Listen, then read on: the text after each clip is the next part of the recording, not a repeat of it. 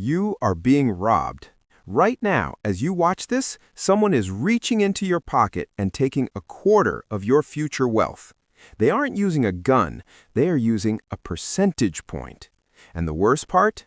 You probably signed a piece of paper giving them permission to do it. My name is Victor, and today we are investigating the silent heist. We spend hours arguing over the price of gas or a $5 latte, yet we ignore the invisible leaks draining hundreds of thousands of dollars from our retirement accounts. The financial industry relies on your ignorance. They count on you thinking that 1% is a small number. Today, we run the brutal math that proves it is a catastrophe. Let's look at the first suspect, the investment fee. You look at your 401k or your mutual fund and you see an expense ratio of 1%. Your brain tells you 1%, that's nothing. That's a penny on the dollar. That is exactly what they want you to think. Here is the crime scene evidence. Let's take two investors. We have Mark and we have Sarah. Both are 35 years old. Both invest $10,000 a year for 30 years. Both earn an 8% market return. Mark hires a guy in a suit or buys a mutual fund with a 1.5% fee.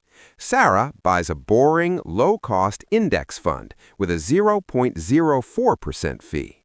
Fast forward 30 years, Sarah ends up with roughly $1.2 million. Mark? Mark ends up with about $900,000. Look at that gap. Mark lost $300,000. He didn't lose it to a market crash. He didn't lose it to bad luck. He handed it over to Wall Street for the privilege of managing his money. That tiny 1.5% fee didn't cost him pennies. It confiscated 25% of his life's work. That is the price of a house, gone, just because Mark didn't read the fine print. Now let's move to the second assassin, the inflation tax. I call this the melting ice cube. You have $50,000 sitting in a standard checking account because it makes you feel safe.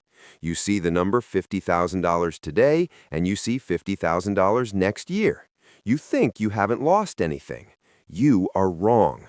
With inflation running at 3%, your money is quietly dying. In 24 years, that cash will lose half its purchasing power. While you feel safe, your money is evaporating. The bank loves this. They take your $50,000, pay you 0.01% interest, and then lend it to your neighbor for a car loan at 7%. They are arbitraging your fear to build their empire. Stop volunteering to be the victim.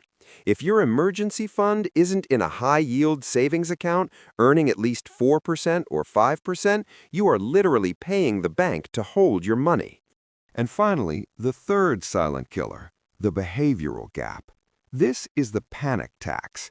History shows the S&P 500 returns about 10% annually, but the average investor, they only make about 6%. Where do the other 4% go? It went to emotion.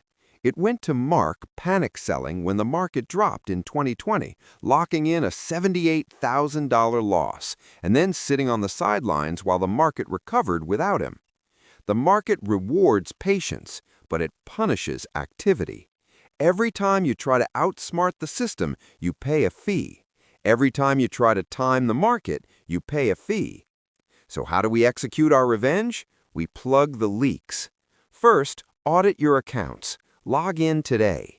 If you see an expense ratio over 0.5%, you are being bled. Move that money to a low-cost index fund. Second, move your cash. Stop letting your emergency fund rot in a checking account. Move it to a high-yield account where it fights inflation. Third, automate everything. Remove your emotions from the equation. Set your investments to happen automatically, so you can't panic, you can't hesitate, and you can't mess it up.